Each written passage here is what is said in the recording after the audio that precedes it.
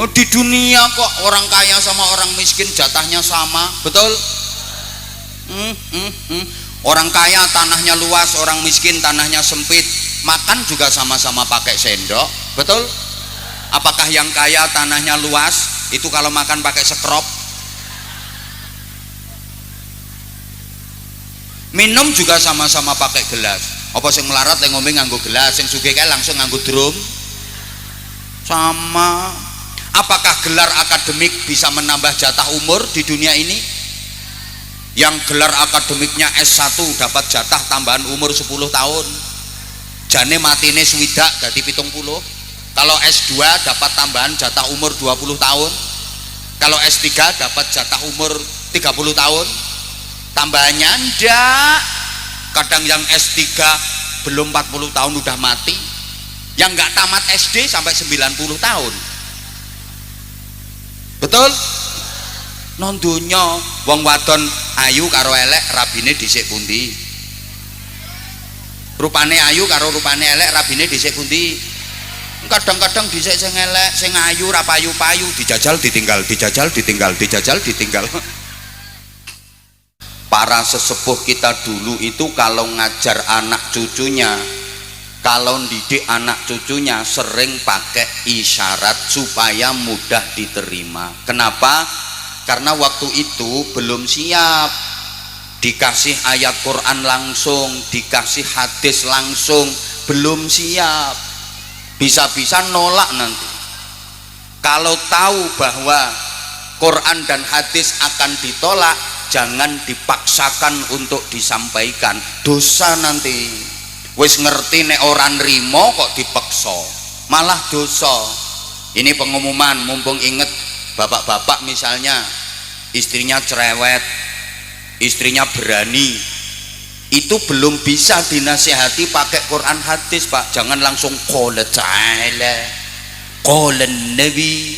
Akhirnya istri malah berani, istrinya nolak ayat Quran. Yang nanggung dosa siapa? Bapak. Sebagai suami udah tahu kalau istrinya begitu dikasih ayat Quran, sehingga ayat Qurannya diprek. Saya ini kan tukang ceramah. Coba menurut Bapak Ibu, saya kalau di rumah di hadapan istri, saya yang nyeramai istri atau yang diceramai? Betul.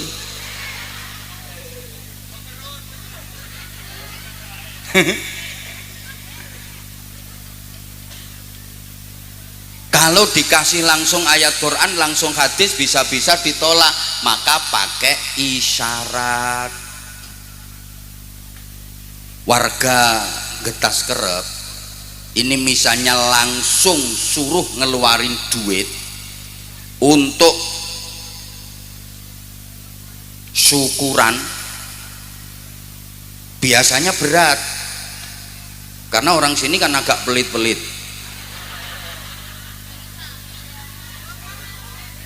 Tapi kalau dirayu supaya hidupmu selamat, bikin selametan, masak-masak, nanti ada ingkungnya gini, maka hidupmu akan selamat. Enteng. Padahal makanan itu nilai duitnya juga besar. Tapi kalau berupa makanan, ora eman. Nek berupa duit, eman. Nggih napa nggih? Ketara potonganmu. Makanya dinamakan selametan supaya uripe as-shadaqatu tadfa'ul bala. Sedekah itu tolak bala. Dalilnya itu. Tapi kalau langsung dikasih qalan Nabi, masyarakat nggak mau nerima. Nah, ketika selamatan suruh bikin tumpeng. Itu artinya 5 waktu sing mempeng, jangan sampai ditinggalkan. Atasnya lancip disebut buceng. Itu artinya le nyebut sing kenceng, leh dzikir aja nganti kendo. Ayat Quran, ya ayyuhalladzina amanu dzkurullaha dzikran katsira. Wahai orang-orang yang beriman, berzikirlah kepada Allah dengan zikir sebanyak-banyaknya. Kalau dikasih qala ta'ala nggak mau nerima, maka dikei isyarat buceng, ne nyebut sing kenceng. Tapi sama anak-anak muda dipleset-plesetkan, tumpeng nek pengen metu kudu mempeng. buceng supaya mlebu kudu kenceng. Loh, kayak manten itu orang Jawa luar biasa loh filosofinya. Isyarat manten di pelaminan itu biasanya didampingi dua anak perempuan kecil-kecil yang wajahnya mirip, disebut kembar mayang. Itu isyarat. Kembar itu sama, mayang itu beda. Kembar tegese podo, mayang tegese bedo. Artinya apa? Manten laki-laki dan perempuan itu tujuannya sama tapi karakternya berbeda. Wong lanang karo wadon tujuane podo ning wonge beda, sifate beda. Sama kayak lampu supaya bisa nyala, kabelnya harus beda, plus sama min, supaya tujuannya nyala. Kabelnya positif karo negatif. No lampu kok kabelnya podo positife, konslet. Lampu kok kabelnya podo negatife, konslet. Mantenan begitu malam pertama masuk kamar, loh bojoku kok podo karo aku, LGBT, konslet. Karena memang laki-laki dengan perempuan itu beda. Bapak sama ibu itu kan beda. Bapak suka mengecilkan hal yang besar, kalau ibu suka membesarkan hal yang kecil. Wong lanang kuwi senengane nyileke barang sing gede. Masalah gede iki dianggap cilik. Lah nek wong wadon kan senengane nggedhekke barang sing cilik. Barang cilik kecekel wong wadon langsung dadi gede. Iki sing diguyu yang mana ini ya? Memang beda. Laki-laki itu kreatif, perempuan itu sensitif. Laki-laki itu rasional, perempuan itu emosional. Laki-laki itu lebih mengedepankan pikiran, perempuan lebih menggunakan perasaan. Suami itu pakai pikiran, istri pakai perasaan. Makanya kalau terjadi cekcok suami istri, suami biasa ngomongin istrinya, sampeyan ora mikir. Makanya bu mikir, kata istrinya, ya sampeyan wong lanang, orang ngerasake dadi wong wadon. Halo, dilanjut. Laki-laki itu pakai pikiran, kalau ada apa-apa mikir. Beda dengan perempuan, kalau ada apa-apa pakai perasaan. Ada ular besar masuk rumah, keloket. Wong lanang mikir, gimana caranya ngusir ulo, gimana caranya mateni ulo, golek kayu gepuk pentungi ulone. Lek wong wadon mboten, wong wadon ini pakai perasaan. Omah kok klebon ulo keloket langsung ulo. Dipikir nek gejuk-gejuk kayak gini ulone ngeleles mati.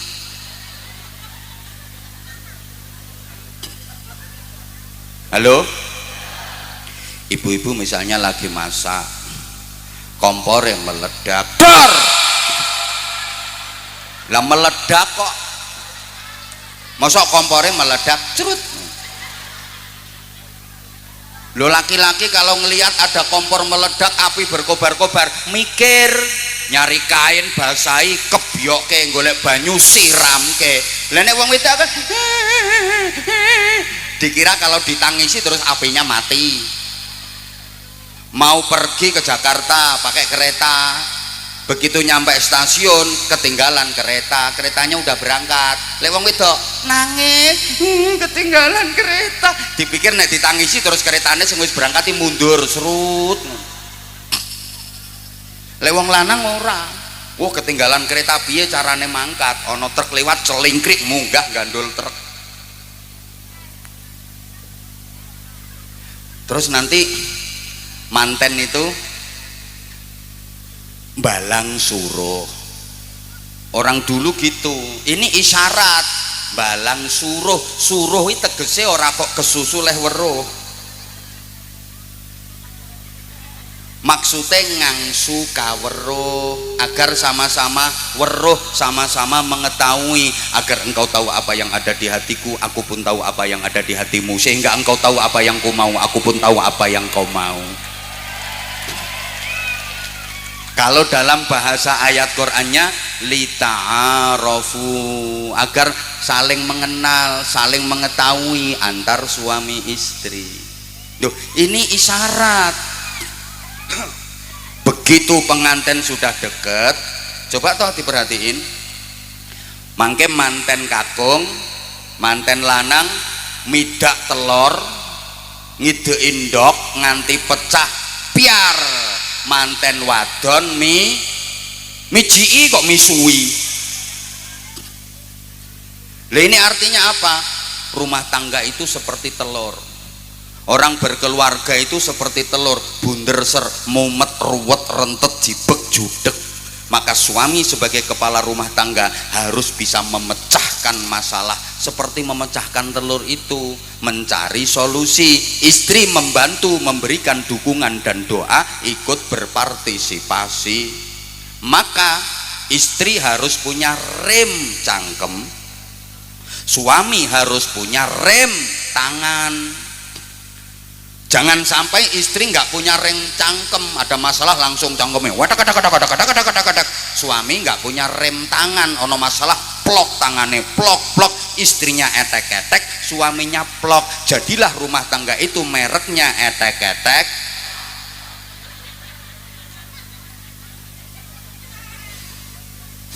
Nah sekarang kita kembali ke kupat yang di bawah. Mohon maaf ya, nggak usah pengen dengan yang dihidangkan di panggung. Yang di panggung dikasih minum, dikasih jajan kotaan, padahal nggak nyumbang.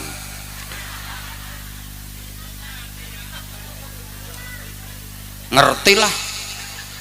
Halo, bisa dilanjut? Oke, saya di sini cuma sebentar kok. Loh, nanti masih ada ceramah lagi. Kemudian saya juga mau geser, pindah tempat. Mohon izin, saya cuma 30 menit saja. Tolong yang nggak ikut nyumbang nggak usah rewel, nggak usah cerewet. Loh, kita ini orang Jawa, banyak filsafat dan isyarat-isyarat yang mempunyai hikmah dan ilmu yang sangat luas. Apa sampean malu jadi orang Jawa? Kenapa mesti malu? Malu karena pesek. Aku juga pesek, tapi kan manis. Di samping manis, laris. Emang harus jadi orang Eropa yang tinggi-tinggi, putih-putih, mancung-mancung? Allah menilai manusia bukan dari fisiknya kok, gitu loh. Nggak usah malu. Loh, ini pengajian kok menerangkan filosofi Jawa. Lah wong aku wong Jawa, saya nggak harus ngomong ana ente antum. Aku nggak harus bilang ya khair ya khair.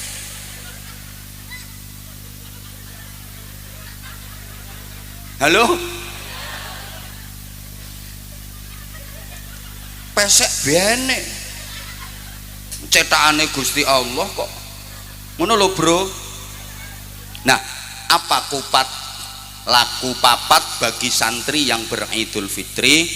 Ibu bapak adik-adik, laku papatnya adalah satu, takbiran di malam lebaran, walitukmilul iddata walitukabbirullaha ala ma hadakum. Semua ada dalilnya, orang sembarangan. Sesepuh kita dulu itu kalau bikin ajaran isyarat ndak sembarangan, cuma dalilnya nggak disampaikan, wong dihadapinya oon-oon. Kasih pengertian, yang penting faham, diamalkan gitu loh. Apa artinya qul ta'ala qul nabi tapi nggak bisa mengamalkan? Betul? Ngono ki alasane wong sing ora apal dalil. Ora usah guyu.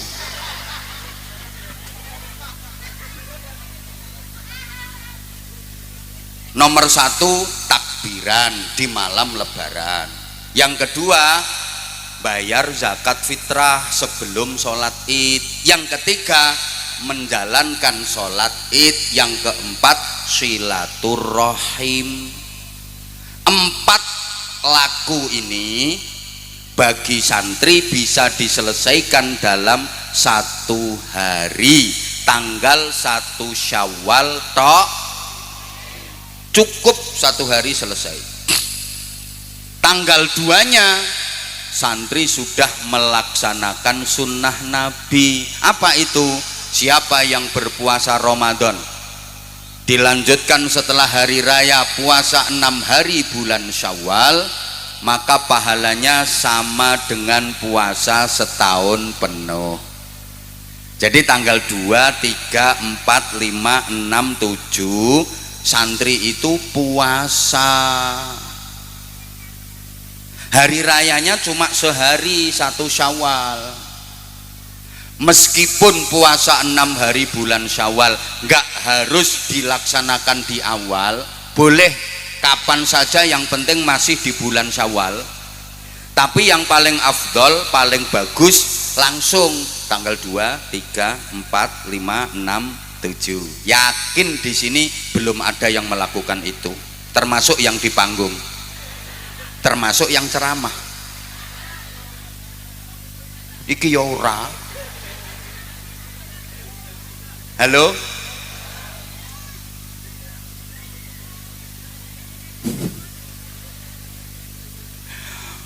Udah Bapak Ibu jamaah yang saya hormati rahimakumullah, bulan sesudah Ramadan yang sekarang ini kita jalani disebut Syawal.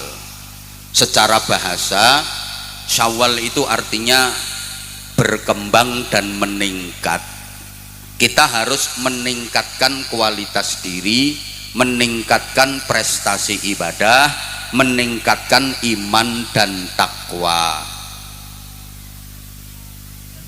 Tandanya apa? Kalau kita benar-benar Syawal, dilihat kemarin warga Getas Kerep puasanya masuk jenis puasa ulo apa puasa uler? Halo? Ya Allah, aku rati gatekke.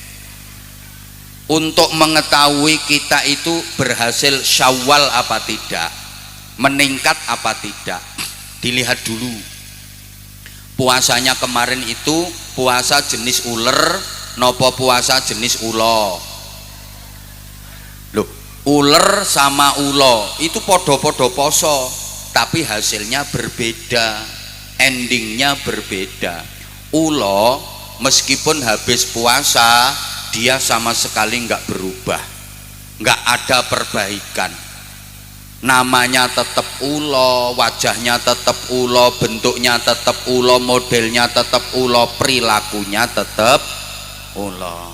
Soalnya ulo kuwi leh poso hanya sekedar melungsungi arep ganti kulit, awake tambah dawa tambah gede. Ada ibu-ibu Getas Kerep sini posone model ulo, poso itu cuma arep melungsungi ganti baju baru, awake tambah gede. Bukan peningkatan kualitas diri tapi peningkatan berat badan. Sebelum Ramadan berat badannya 55 kilo, selesai Ramadan berat badannya 75 kilo. Wonten apa mboten? Wonten. Iki wonge kipas-kipas kudunge ireng.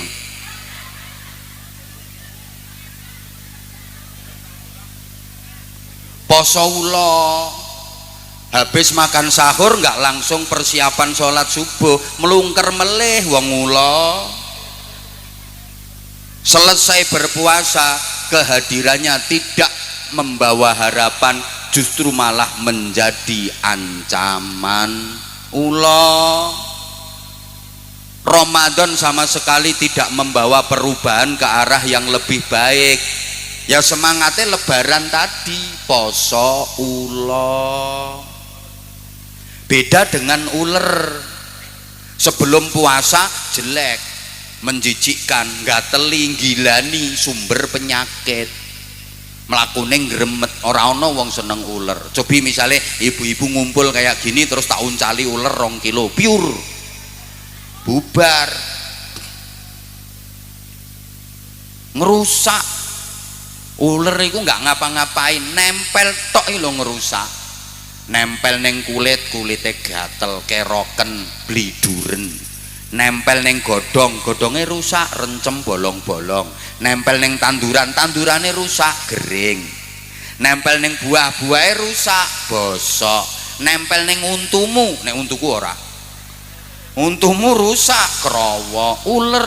Makanya kalau ada orang sukanya ngerusak, bikin rusuh, biasa dijuluki uler. Pripun? Getas kerep mriki wonten ulere mboten? Ulere lanang apa wadon? Halo? Halo? Lah ulere poso berproses jadi kepompong. Bahasa Inggrisnya the ngentung. Lantung itu kan poso. Orang mangan, orang ngombe, orang rabena. Selesai ngentung berubah jadi baik. Namanya berubah, bukan lagi uler tapi kupu.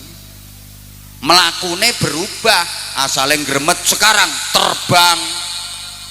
Jadi simbol ketinggian derajat. Makanya wong getas kerep itu kalau Ramadannya berhasil, lepas Ramadan bisa terbang jadi Superman, derajatnya naik. Allahumma sholli ala Muhammad. Dilanjut. Asale elek, selesai puasa berubah jadi cantik. Tadinya ngerusak, habis puasa manfaat, membantu proses pembuahan. Kembang wilo iso dadi buah dibantu kupu. Tadinya wah makannya sembarang, sing dipuangan sembarang kayak ngerusak. Selesai puasa mboten sembarang leh mangan, hanya sari-sari bunga halalan thayyiban. Ora ana kupu kok ngerokoti telek. Halo? Ya Allah, tadinya menjijikkan, menakutkan, begitu berubah jadi kupu-kupu menyenangkan, simbol keberuntungan. Kabeh wong seneng kupu, bocah cilik-cilik wae seneng. Omah dileboni kupu jare wong-wong arep ana tamu. Duwe anak wadon wis gedhe urung ketemu jodoh, omah dileboni kupu, seneng. Lho nok, omahe dileboni kupu, jodohmu arep teko. Ning sabar ya nok, kupune rupane kok ireng.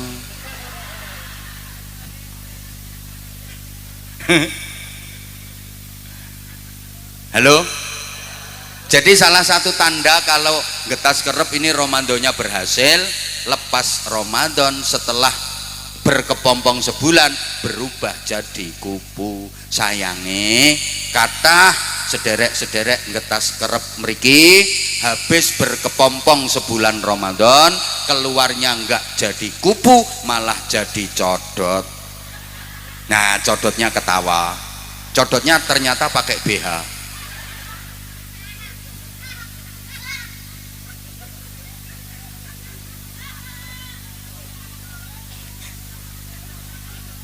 Allahumma sholli ala Muhammad. Masih ada waktu 10 menit. Iya Bapak Ibu para jamaah, peningkatan di bidang apa yang kita hasilkan dari madrasah Ramadan? Setidaknya peningkatan di bidang takwa, karena tujuan utama ibadah puasa Ramadan itu la'allakum tattaqun, agar kalian menjadi orang-orang yang bertakwa. Karenanya para jamaah yang saya hormati rahimakumullah, dalam kesempatan yang terbatas ini masih ada waktu 10 menit. Aku tahu kamu nggak mau aku tinggalin. Yuk ikut aku yuk. Saya akan menjelaskan secara singkat takwa sosial, takwa aplikatif, agar kita bisa tampil sebagai kupu setelah berkepompong sebulan penuh. Takwa sosial ini kalau bisa kita lakukan, insya Allah kita selalu mendapatkan rahmatnya Allah. Kita akan dimasukkan surga oleh Allah, karena syarat masuk surga itu harus takwa. Bapak Ibu kalau baca Quran membicarakan surga itu nanti endingnya uiddat lil muttaqin. Surga itu disediakan bagi orang-orang yang bertakwa. Nah, ayatnya nanti bisa dipelajari lebih lengkap dalam surah Az-Zariyat ayat 15 sampai 21. A'udzu billahi minasy syaithanir rajim. Innal muttaqina fi jannatin wa 'uyun akhidhina ma atahum rabbuhum innahum kanu qabla dhalika muhsinin kanu qalilan minal laili ma yahja'un wa bil ashari hum yastaghfirun wa fi amwalihim haqqul lis-sa'ili wal mahrum wa fil ardi ayatun lil muqinin wa fi anfusikum afala tubsirun. Lehmu nyauti Allah kok kaya wong sambat kok kean utang ngono. Innal muttaqina fi jannatin wa uyun. Sesungguhnya orang-orang yang bertakwa dimasukkan ke dalam surga yang penuh dengan kenikmatan, surga yang ada sumber mata airnya. Kok disebutkan uyun, sumber mata air? Para jamaah, simbol dari tempat yang indah. Tempat yang indah itu mesti ada simbol mata airnya. Seindah-indahnya tempat kalau nggak ada airnya nggak jadi indah, betul? Maka surga biasa digambarkan tajri min tahtihal anhar, di bawahnya mengalir sungai-sungai, gitu loh. Bagaimana keadaan orang-orang bertakwa di surga nanti? Akhidina ma atahum rabbuhum, mereka bebas mengambil, menikmati semua yang disediakan Allah untuk mereka di dalam surga.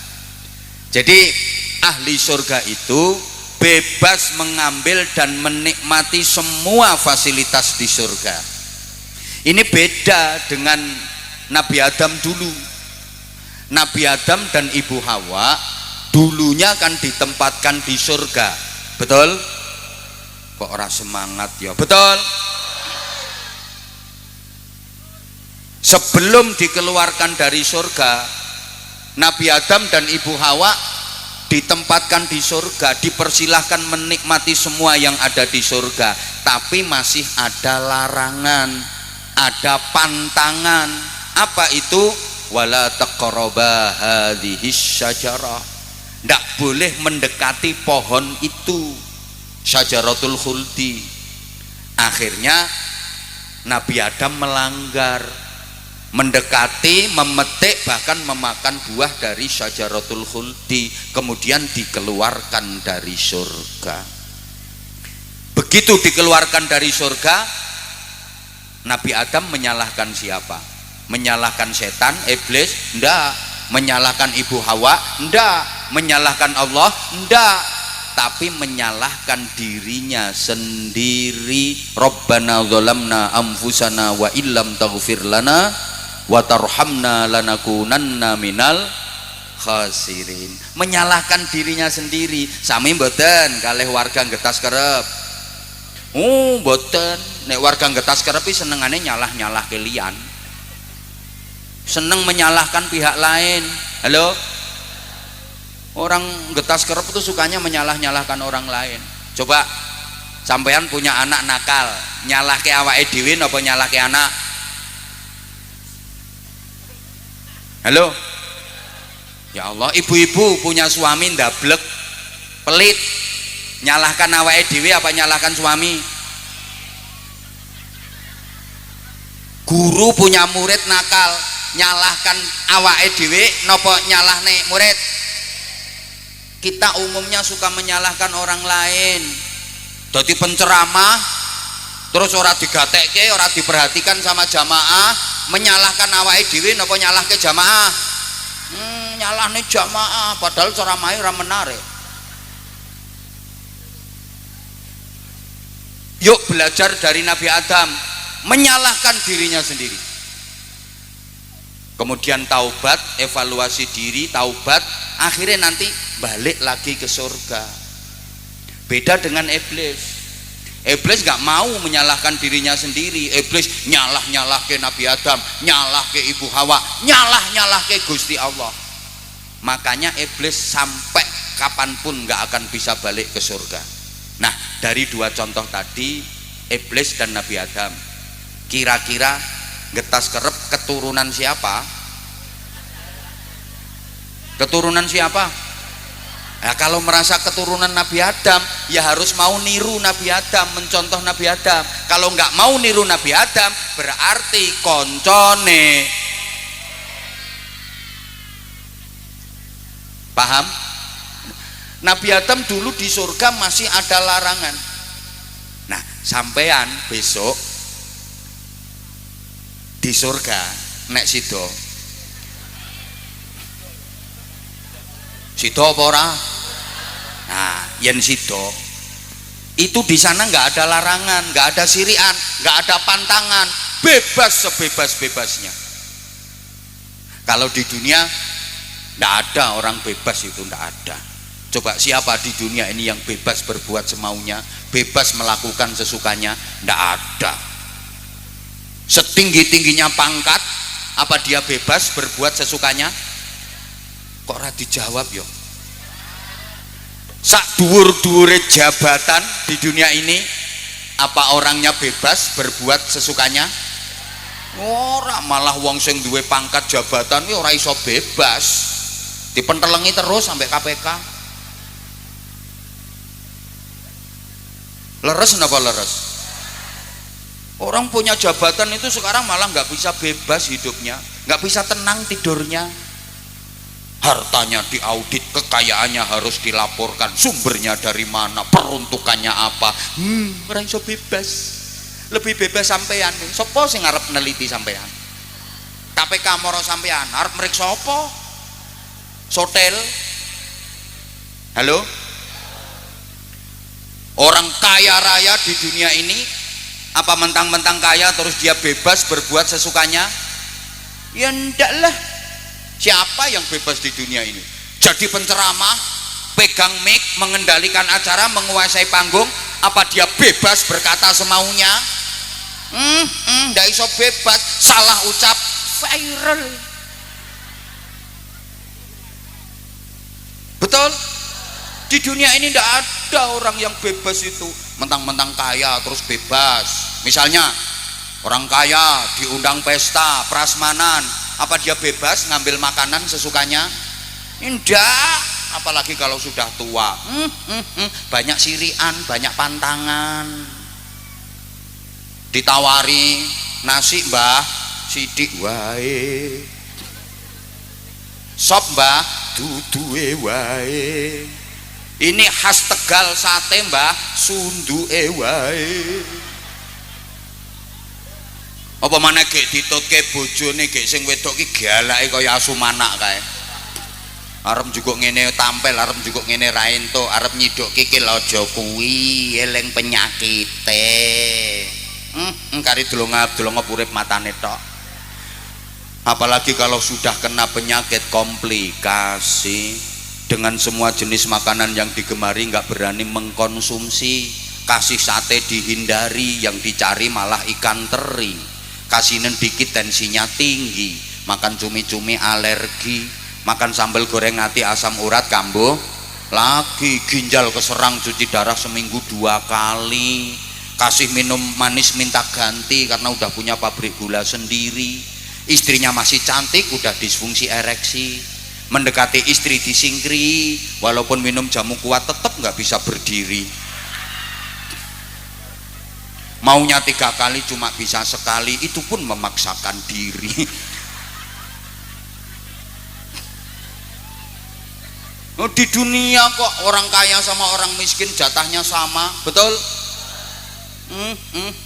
Orang kaya tanahnya luas, orang miskin tanahnya sempit, makan juga sama-sama pakai sendok, betul? Apakah yang kaya tanahnya luas itu kalau makan pakai sekrop? Minum juga sama-sama pakai gelas. Apa sing melarat lek ngombe nganggo gelas, sing sugih kae langsung nganggo drum? Sama. Apakah gelar akademik bisa menambah jatah umur di dunia ini? Yang gelar akademiknya S1 dapat jatah tambahan umur 10 tahun. Jane matine swidak dadi 70. Kalau S2 dapat tambahan jatah umur 20 tahun. Kalau S3 dapat jatah umur 30 tahun. Tambahannya ndak. Kadang yang S3 belum 40 tahun udah mati. Yang nggak tamat SD sampai 90 tahun. Betul? Nang donya wong wadon ayu karo elek rabine dhisik pundi? Rupane ayu karo rupane elek rabine dhisik pundi? Kadang-kadang dhisik sing elek, sing ayu ra payu-payu, dijajal ditinggal, dijajal ditinggal, dijajal ditinggal.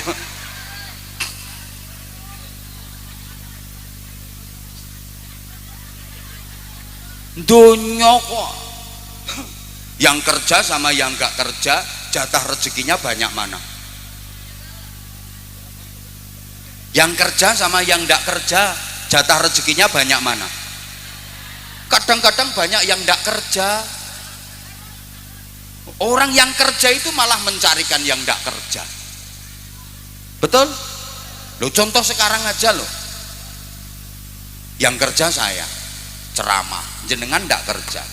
Ketoke aku disuguhi semene oke. Mana sempet. Arep mangan yo isin. Lah sampean yang ndak kerja wis entek kabeh kuwi. Ini dunia.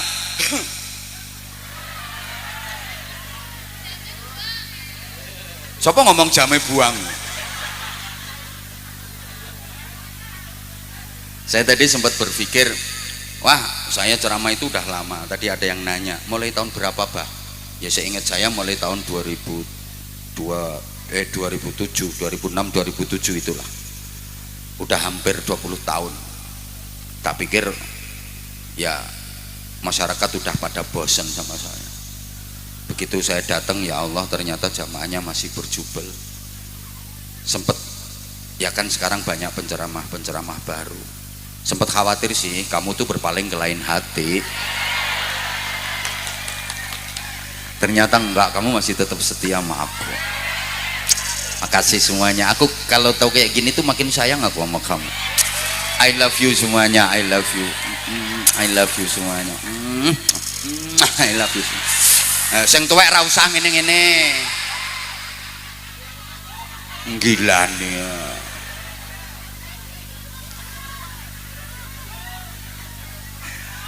Nah, sekarang apa kriteria muttaqin? Kriterianya orang bertakwa, indikasi takwa sosial yang dijanjikan surga bagi mereka setidaknya ada 5. Ada berapa Bapak Ibu? 5. Yen wong Jawa wonten tembang lir-lir nika, cahangon-cahangon penekno blimbing kuwi. Kenapa kok menek blimbing? Liringane 5. Maka ini 5 liringane blimbing. Rata-rata blimbing itu buah sing liringane 5. Ya ana liringane ming 3, soalnya sing loro dikrokoti bocah kae.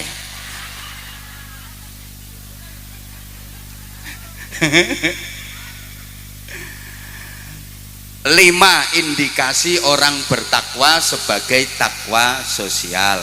1. Innahum kanu qabla dzalika muhsinin.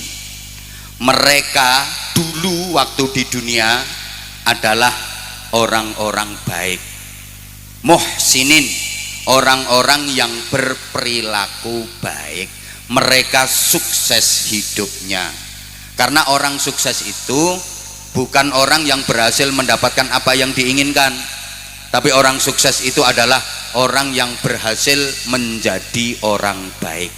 Saya ulang, orang sukses itu bukan orang yang berhasil meraih apa yang diinginkan, tapi orang sukses adalah orang yang berhasil menjadi orang baik. Rawahu Abah Anzah. Sukses itu bukan berarti berhasil mendapatkan apa yang diinginkan, tapi sukses itu berhasil mendapatkan kebaikan. Karena apa yang diinginkan, yang berhasil didapatkan belum tentu jadi kebaikan. Betul? Moga-moga faham. Lah muhsinin itu karakternya ada 3. Ali Imran 134. Alladzina yunfiquna fis sarra'i wad-dharra'i wal kadhiminal ghaidha wal 'afina 'anil nas. Ayat ini ditutup dengan wallahu yuhibbul muhsinin,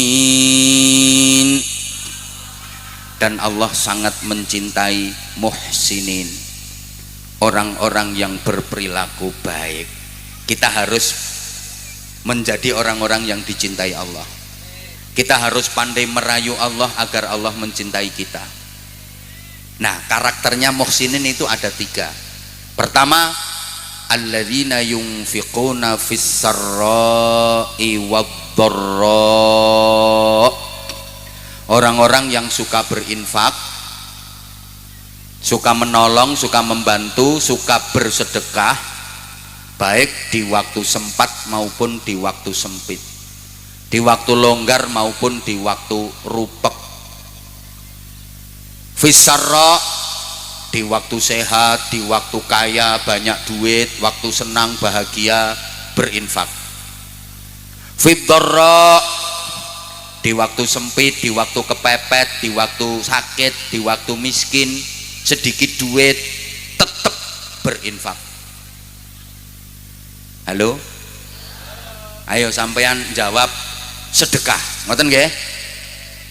Di waktu sempat, di waktu sempit, di waktu longgar, di waktu rupek, duit banyak, duit sedikit, saat bahagia, saat susah, waktu sehat, waktu sakit. Itu muhsinin, orang bertakwa yang disediakan surga. Soalnya ono wong gelem sedekah ngenteni sakit. Nek sehat ora tahu selamatan, ora tahu sedekah. Bareng gering langsung selamatan, dibagi-bagike tangga. Nganti tangga-tanggane padha niteni, kok wis suwe ya wonge ora gering. Bapak Ibu para jamaah, sedekah fis sarra' di waktu longgar gampang. Banyak orang yang bisa, memang mudah. Di waktu kaya, banyak duit, waktu bahagia, waktu seneng, waktu longgar, waktu sempat, sedekah. Orang gumun, banyak orang bisa. Panen pelem, mangga-mangga kaya sarungku. Nanti tenang. Panen pelem, dadi buahe gembel banget, didol ora payu, akhirnya dindum-dum ke tangga. Orang gumun, banyak orang bisa. Jualan gorengan sak pirang-pirang didol ora payu, dindum-dum ke tangga-tanggane. Orang gumun. Tapi fis sarra', dalam keadaan kepepet, dalam keadaan duit sithik, dalam keadaan emergensi darurat, tetap mau bersedekah. Itu yang sulit dan itu yang luar biasa. Contoh, sampean umpama ndek duit 500.000 rupiah, duit sampean nyomeng kuwi-kuwi tok, pancen potonganmu ya ora tau nyekel duit akeh. Loh, nek duitmu akeh ora ngira lungguhmu ndoprokno ngisor kono kuwi. Wong sing duwite akeh-akeh ora ngira gelem teko pengajian, ndongsong-ndongsong ngisor wit gedang. Kayak sing duwe perusahaan, sing duwe pabrik, duitnya miliaran, ora bakal rawuh no pengajian kene, nggih napa nggih? Iki sing tekono kene iki melarat kabeh. Lho, mulane swarga iki sing akeh isine wong melarat-melarat ngene iki. Iki jenenge melarat bangga iki ya iki. Lho mula jenengan lek tak ilokke duwite ora pati akeh aja nesu, wong faktane yo ngono tenan. Wong sing duwite akeh-akeh ora ngira gelem pengajian terus ndoprok sesek-sesekan mambu kelek kecut mambu untut ngono kuwi. Nggih napa nggih? Lah iya iki melarat kabeh.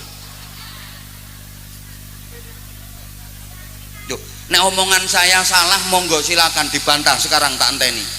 Ayo berdiri sing duit akeh. Aku duitku akeh, 3 triliun. Langsung aku dadi anak buah sampean. Aku tak kerja nonggone sampean. Ayo ndi? Mulane gak keliru aku gawe contoh, umpama sama itu ndit ming 500.000. Ya kuwi tok duitmu wis akeh menurut sampean. Ndak ada yang lain. Sampean lagi punya kebutuhan yang sangat penting dan mendesak. Duit yang ming kuwi 500.000 kuwi. Kuwi wae kurang-kurang kanggo kebutuhane sampean. Terus ana tangga mara sampean utang. Wantun ngeculke mboten? Mikir.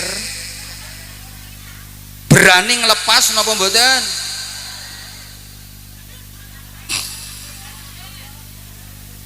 Kalau orang bertakwa wani ngeculke, walaupun dirinya sendiri lagi punya kepentingan yang mendesak, ada duit cuman itu aja, tetangga membutuhkan, teman membutuhkan, wani ngeculke. Kenapa berani? Karena yakin dengan jaminan Allah pasti akan diganti oleh Allah dengan ganti yang lebih baik dan lebih banyak. Amin. Nopo orang meyakinkan. Loh. Makanya sampean kalau diberi sesuatu sama orang itu pertama disuruh terima kasih, matur. Yang kedua suruh mendoakan. Doanya gimana? Jazakumullahu khairan katsira. Mudah-mudahan Allah membalasmu dengan balasan yang lebih baik dan lebih banyak. Karena memang orang yang bersedekah pasti akan dibalas oleh Allah dengan balasan yang lebih baik dan lebih banyak. Percaya napa mboten? Percaya napa mboten? Sing ora melu jawab berarti ra percaya, syahadat melih. Percaya napa mboten? Aku juga percaya kalau kamu percaya. Emang kamu percaya, makanya aku percaya. Cuma gini, banyak orang yang percaya sama Allah tapi nggak berani menaruh kepercayaan penuh kepada Allah. Iki nek ora dijelaske ya ora paham. Wong kene ki ayu-ayu tapi banyak orang yang percaya sama Allah tapi nggak berani menaruh kepercayaan penuh kepada Allah. Kepada Allah itu nggak berani menaruh kepercayaan penuh, masih khawatir, ya ini tak percayakan sama Allah, duitku tak lepas, tapi nanti balik apa enggak ya? Sama Allah tuh lo nggak berani menaruh kepercayaan penuh, padahal sama koperasi simpan pinjam lo berani menaruh kepercayaan, surat tanah yang ditaruh di situ, BPKB ditaruh di situ, di bank berani menaruh kepercayaan, sama Allah kok nggak berani. Oke, Bapak Mas, sampean misalnya mancing di Blumbang, sampean berani buang cacing karena sampean ada harapan mau dapat. Lo sama Blumbang aja percaya, masa sama Allah nggak percaya? Halo? Sampean kalau berani buang 100.000, kasih ke musola, kasih ke masjid, kasih ke pesantren, kasih ke anak-anak yatim, harapan sampean dapat 100 miliar. Buang cacing dapat gurame. Lo sama Blumbang aja percaya, masa sama Allah nggak percaya? Iki sing pelit iki mikir iki. Udah gini aja, contoh paling gampang. Ada tamu di rumah sampean, panas, tamunya dipersilakan, silakan duduk, terus tamunya duduk. Habis itu sampean kasih suguh minum, silakan diminum. Minum. Nah gini, stop. Terus diminum sama tamunya. Bismillahirrahmanirrahim. Bismillah.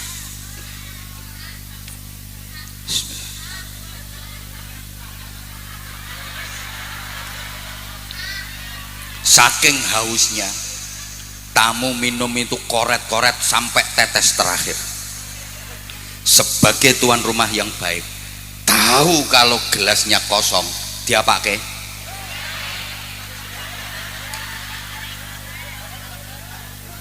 Pun dijoki meleh, bahkan lebih banyak. Allah juga gitu.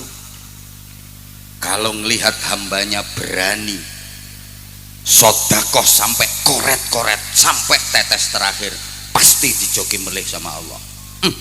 Itu Anwar Zahid. Lah sodakoh nganti koret-koret, tak joki meneh sing luwih apik, luwih akeh.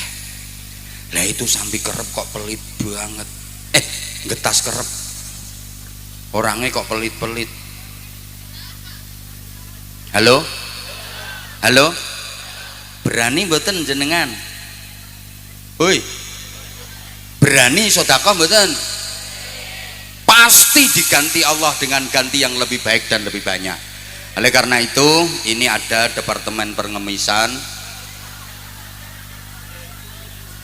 untuk masjid nggih. Untuk masjid nggih. Nah, ini ada untuk masjid.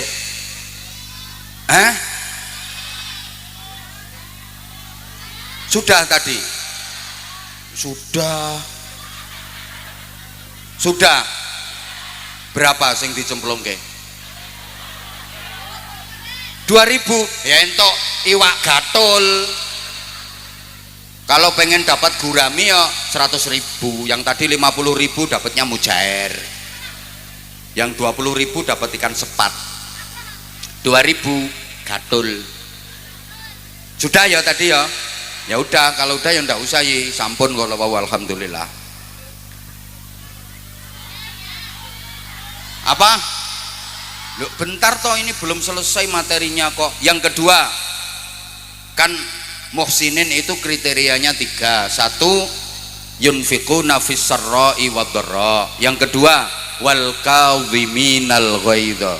Ayat ini kan biasa dibaca kalau ada acara halal bihalal.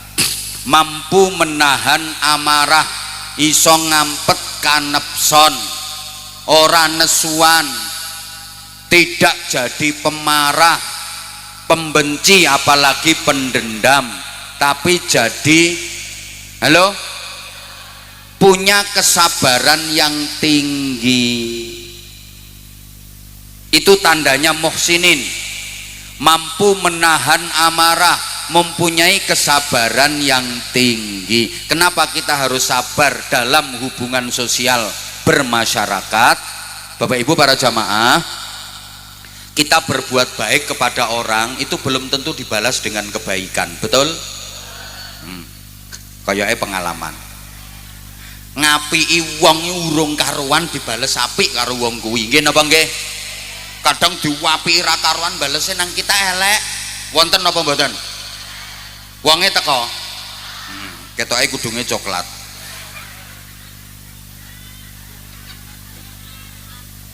Kita memberi kepada orang belum tentu dibalas dengan diberi, betul? Ya Allah, mau kurang semangat tak baleni. Kita berbuat baik kepada orang lain, belum tentu orang lain itu membalas kita dengan kebaikan, betul? Kita memberi kepada orang lain, belum tentu orang yang kita beri itu membalas kita dengan memberi, betul? Makanya saya pesen Bapak Ibu sampean, kalau memberi kepada orang lain jangan berharap balasan dari orang itu. Saya ulang, sampean berbuat baik kepada orang lain jangan berharap dibalas kebaikan sama orang itu. Sampean memberi sesuatu kepada orang lain jangan berharap dibalas diberi oleh orang itu. Kalau sampean berharap balasan dari orang itu, siap-siap kecewa, siap-siap sakit hati. Ada guru ngajar muridnya, berarti itu guru memberi ilmu kepada muridnya, betul? Lah kok gurunya berharap balasan dari muridnya, pasti gurunya kecewa, karena nggak mungkin muridnya bisa membalas. Paham? Ya Allah, kayaknya kok ora paham ngono kayaknya. Guru ngajar muridnya berarti guru memberi ilmu kepada muridnya. Lah kok gurunya berharap diberi ilmu oleh muridnya, kecewa, sakit hati, nggak mungkin muridnya bisa membalas. Orang tua membiayai anaknya di bidang pendidikan, sekolah, mulai pos PAUD, playgroup, TK sampai perguruan tinggi sampai sarjana lengkap. Kok orang tua berharap balasan dari anaknya, pasti kecewa, betul? Saya memberikan ceramah kepada sampean semua, kok saya berharap balasan ceramah dari sampean semua? Kecewa saya, nggak mungkin.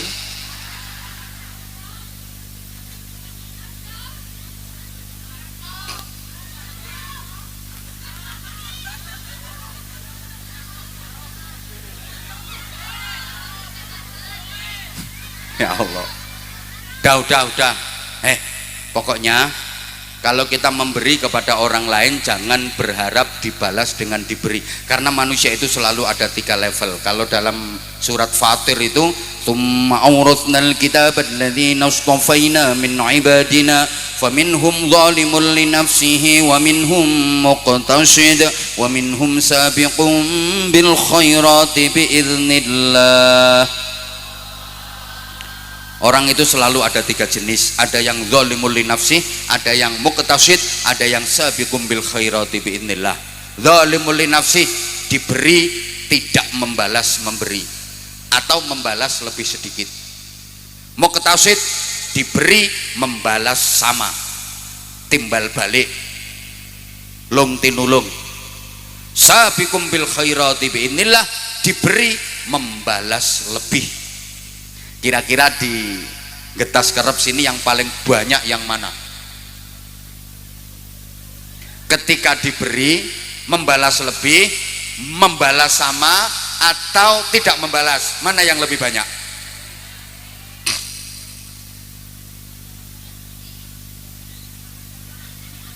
Oke, langsung dijelasno daripada nggak ada yang jawab, main jawab bingung.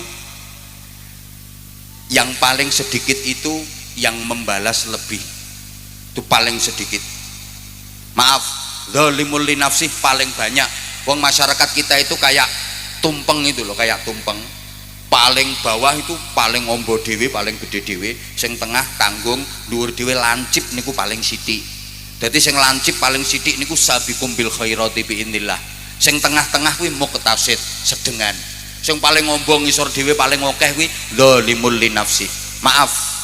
Halo, yang paling membutuhkan kesabaran ekstra itu menghadapi orang yang zalimul li nafsi, diberi membalas lebih sedikit atau bahkan tidak membalas sama sekali. Ini yang membutuhkan kesabaran ekstra. Paling enak itu menghadapi orang yang sabiqum bil khairati biiznillah. Ketika diberi dia membalas lebih. Siapa itu? Orang tua, terutama ibu. Ibu kalau diberi sama anaknya, ibu pasti akan membalas lebih, karena memang ibu ke anak itu hanya memberi, tak harap. Kan ada lagunya, ibu ke anak itu hanya memberi, bagai sang surya. Maka ada peribahasa, cinta ibu sepanjang jalan, cinta anak sepanjang galah kedawan kilan.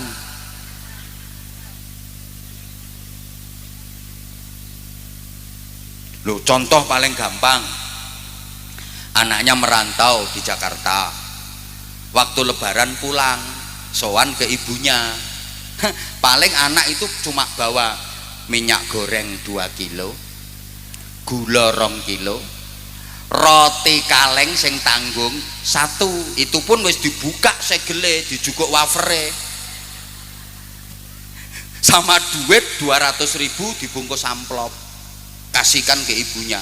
Tapi anak 6 digawa kabeh, tekan ibune kono anak 6 disangoni 100.000 kali 6, torok ibune wisan. Itu dibelehke pitik, tukokke sate, dimasakke reno-reno. Ibu pasti memberi lebih. Begitu anak balik pulang ke Jakarta, bagasi mobil kebak, beras sak ketane blusek mlebu, klopo sak degane blusek mlebu, pitik sak kandange digawa. Begitu anak udah balik Jakarta, ibunya di teras rumah tenger, alhamdulillah rampoke wis minggat.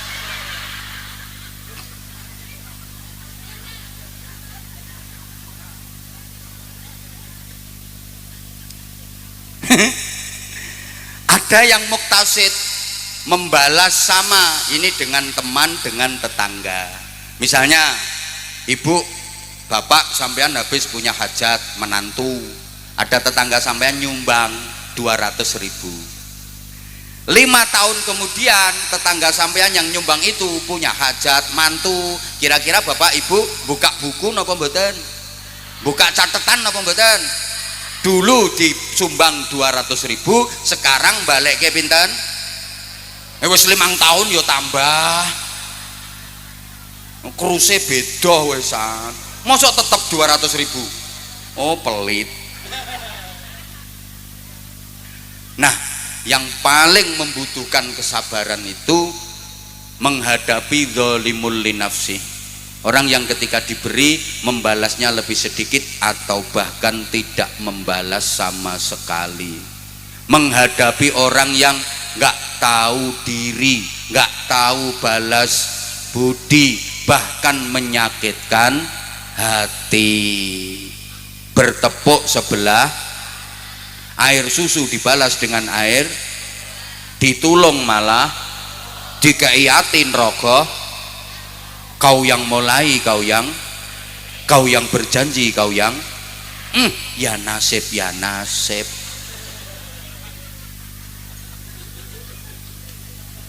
Ada orang seperti itu, kayaknya di Getas Kerep banyak deh. Disumbang ping 5 balik meng siji. Wonten mboten?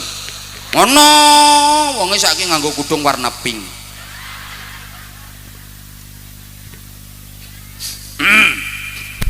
Karo kudung krem.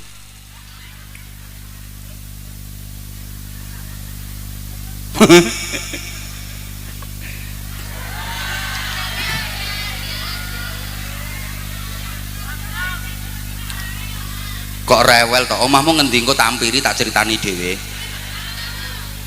Nah, sekarang yang kedua, kalau tadi nomor 1 muhsinin, yang kedua kanu qalilam minal laili ma yahjaun.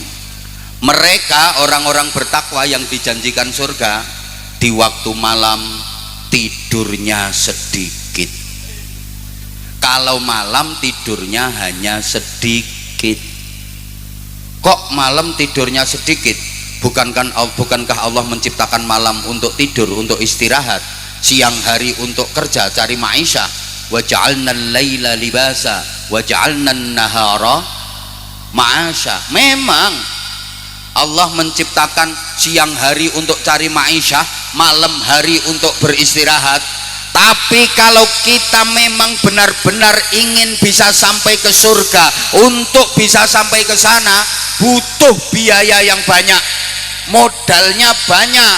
Kalau hanya mengandalkan amal biasa kurang, maka kita harus berani melakukan amal lembur malam hari. Mudah-mudahan paham. Kayak bapak ibu misalnya sampean lagi butuh duit banyak, lagi butuh biaya banyak. Kalau mengandalkan hasil kerja, gajian tidak cukup, ditawari lemburan dengan gaji lebih besar. Purun apa purun? Ya mesti purun. Lah kita ini butuh ke surga, butuh pahala banyak, butuh amal banyak.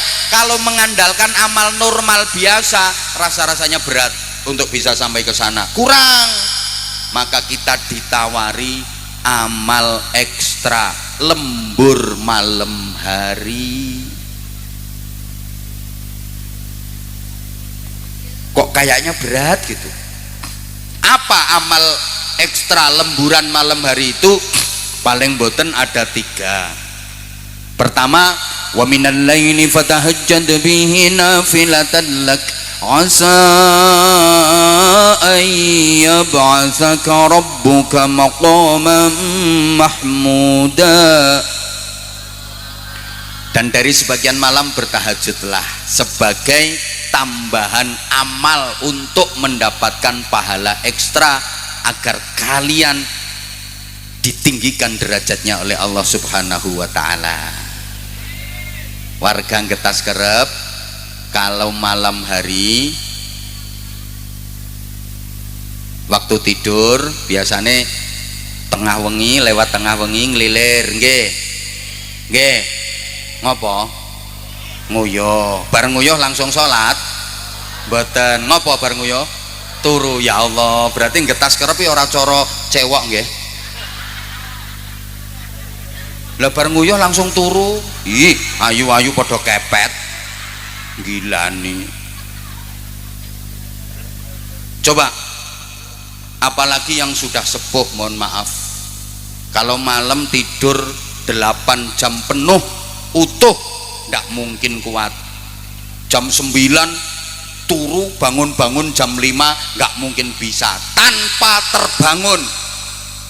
Kenapa? Karena merasa sudah cukup.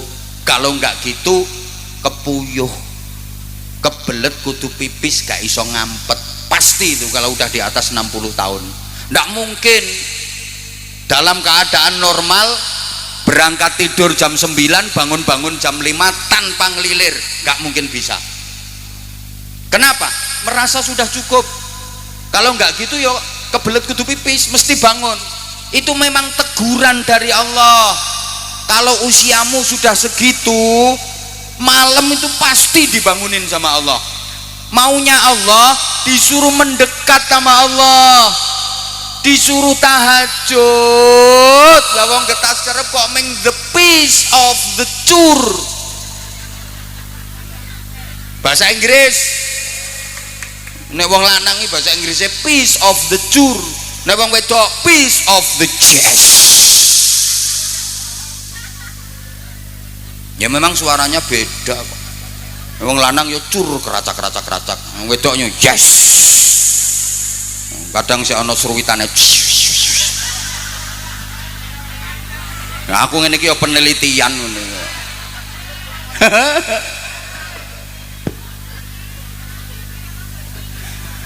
Yang kedua, wes apa wes yang diguyu kok. Yang kedua, yatluna ayatillahi ana al-lail. Lemburan amal malam hari yang kedua, baca ayat-ayat Allah di keheningan malam, maca Quran. Syukur-syukur iso angen-angen sak maknane kok sak mangane. Halo? 1 tahajud, 2 baca Quran. Yang ketiga, zikir wengi engkang suwe. Itu 3 amal lemburan. Bukankah kemarin Ramadan sudah dilatih tiap malam taraweh, witir, berarti suluh tahajud istiqomah setelah Ramadan. Tiap malam baca Quran, tadarus. Sekarang lanjut. Mbok ora digatekke aku ngomong. Padahal yang di sana udah nunggu aku.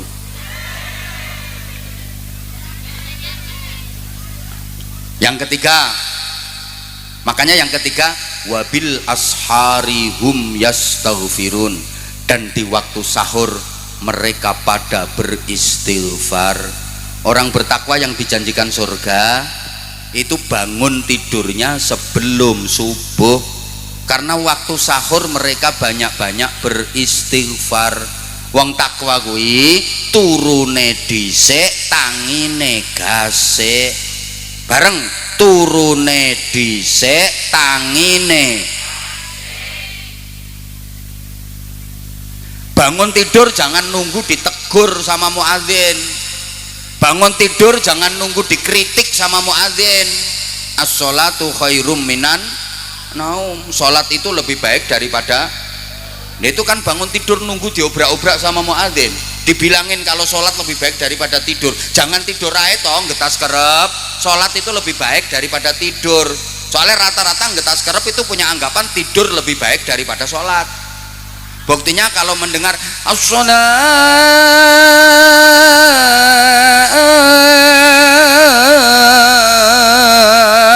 khairum minan naum, ora penak ya ora laris lambemu.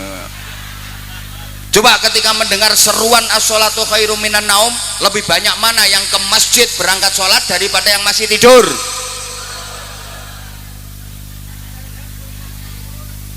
Makanya besok azannya di sini rubah saja, an-naumu khairum minas.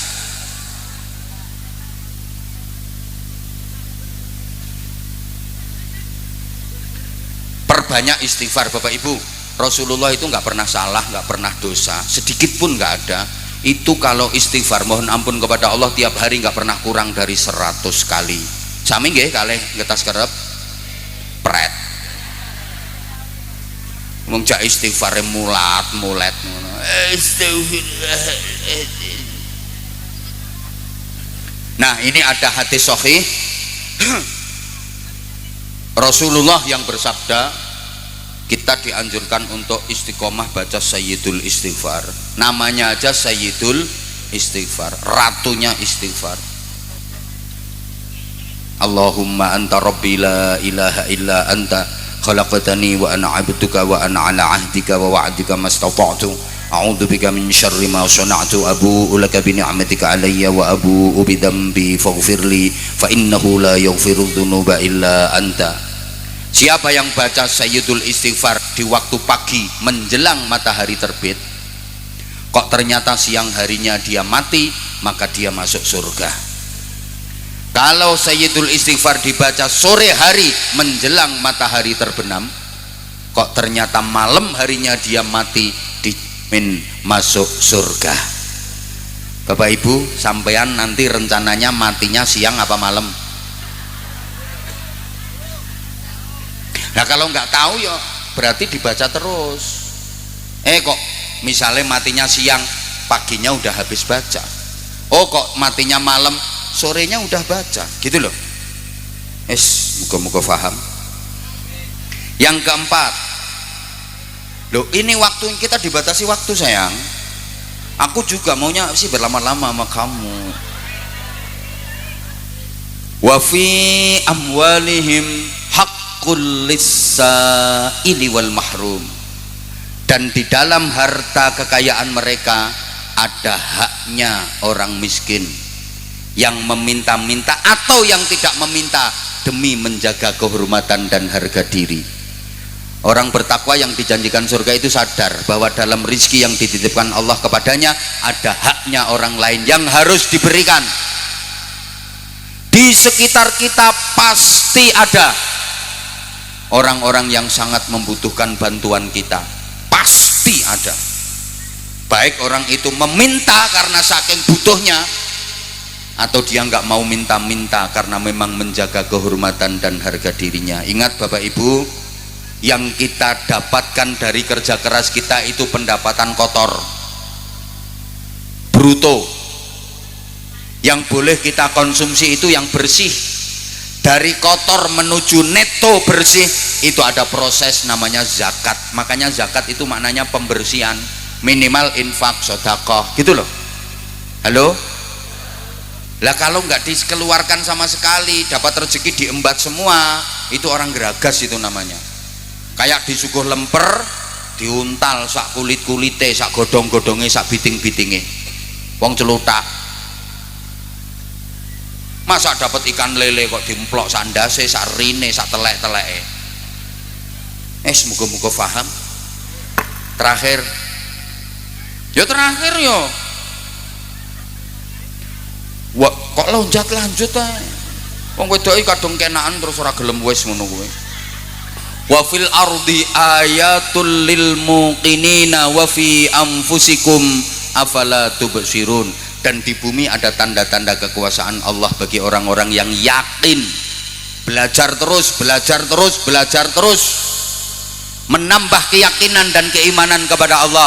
Dan pada diri kalian sendiri juga harus diperhatikan. Apakah kalian tidak memperhatikan? Artinya orang bertakwa yang dijanjikan surga itu bukan hanya mengurusi orang lain, manfaat orang lain sampai melupakan keselamatan diri sendiri. Ndak, dirinya sendiri juga diperhatikan. Jangan seperti lilin menerangi lingkungan tapi tubuhnya sendiri terbakar habis, tahu-tahu mati belum sempat amal. Jangan sampai kayak gitu. Di samping ngurusi eksternal, jangan lupakan internal. Kepentingan diri sendiri juga diperhatikan. Ceramah terus sampai nggak mikir fisik, nggak mikir kesehatan. Makanya maaf banget, kadang-kadang saya begitu nyampe lokasi tempat istirahat, saya langsung minta istirahat sama panitia. Kadang ngobrol sebentar, saya langsung minta istirahat. Kayak tadi misalnya, Saya kemarin dari Pekalongan full sehari, terus di Tegal ini 4 titik dalam sehari, pagi, kemudian tadi siang, sekarang habis ini masih ada jadwal satu lagi, sehari 4 kali. Loh.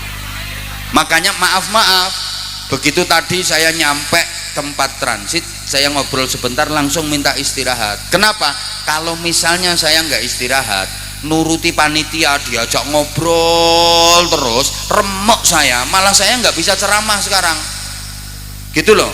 Makanya saya minta istirahat, saya bisa istirahat, bangun fresh, bisa ceramah. Bukan karena sombong, bukan karena angkuh, mohon maaf panitia. Kadang panitia yang nggak menyadari, mohon maaf, gaya sombong, nggak gelem ngobrol sama panitia, bukan berarti nggak mau ngobrol. Tetap ngobrol dong. Sebelum istirahat saya juga udah ngobrol, selesai istirahat tadi juga ngobrol. Lah kalau nuruti ngobrol sama panitia, paling pertanyaannya itu aja. Ada berapa jadwal di Tegal? Paginya di mana? Siangnya di mana? Sorenya di mana? Terakhirnya di mana? Nah, panitia juga harus paham dong kalau misalnya kitanya lagi butuh istirahat. Kita juga perlu istirahat. Jangan terus diforsir. Ada kok lagi ceramah ngeleles mati. Aku kan nggak mau seperti itu. Halo. Loh, ya kepentingan dirinya sendiri juga perlu. Bapak Ibu sama ndak tahu. Kayak gini misalnya ya, saya mau berangkat terus pamit, terus dibilangi ngaji terus. Anak, ya kan anak ngomong, abah ngaji terus, kalau libure ngaji terus, gak tahu libur, rasanya hati deg. Iya nak, kamu juga punya hak atas abah. Abah minta maaf ya nak ya. Belum lagi santri, anak-anak santri yang ikut saya 2.500 lebih, mereka juga butuh saya. Lah kalau saya nuruti jamaah, nuruti masyarakat terus, santri sendiri nggak kopen, dolim saya. Makanya kemarin Ramadan full 1 bulan saya sama santri off, saya nerima jadwal cuma 3 aja, selebihnya enggak, karena memang waktu saya untuk santri. Loh, ini juga harus dipikirkan. Kok meneng sampean?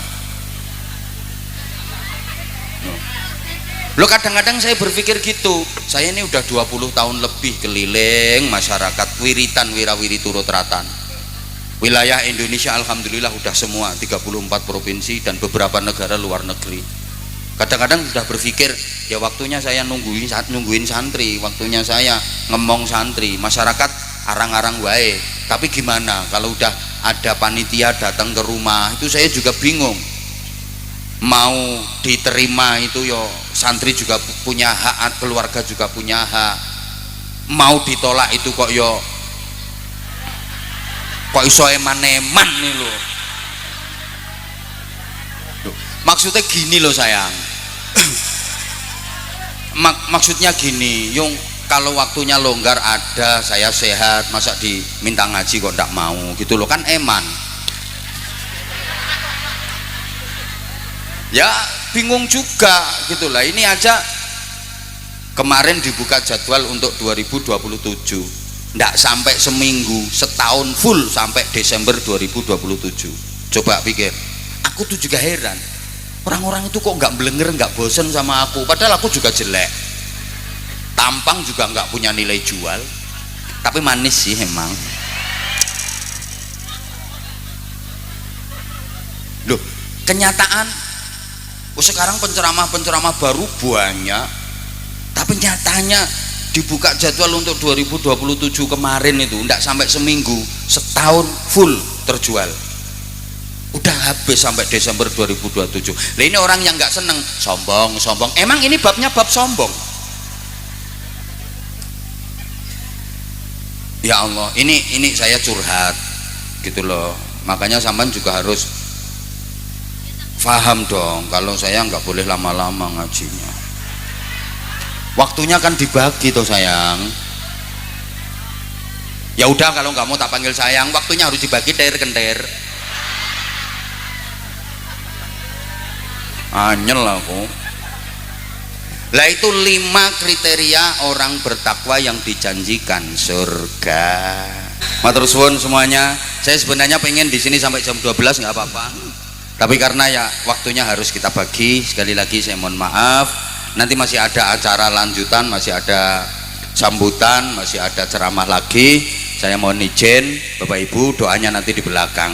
Maaf, wafaqanallahu wa iyyakum. I love you semuanya. Assalamualaikum warahmatullahi wabarakatuh.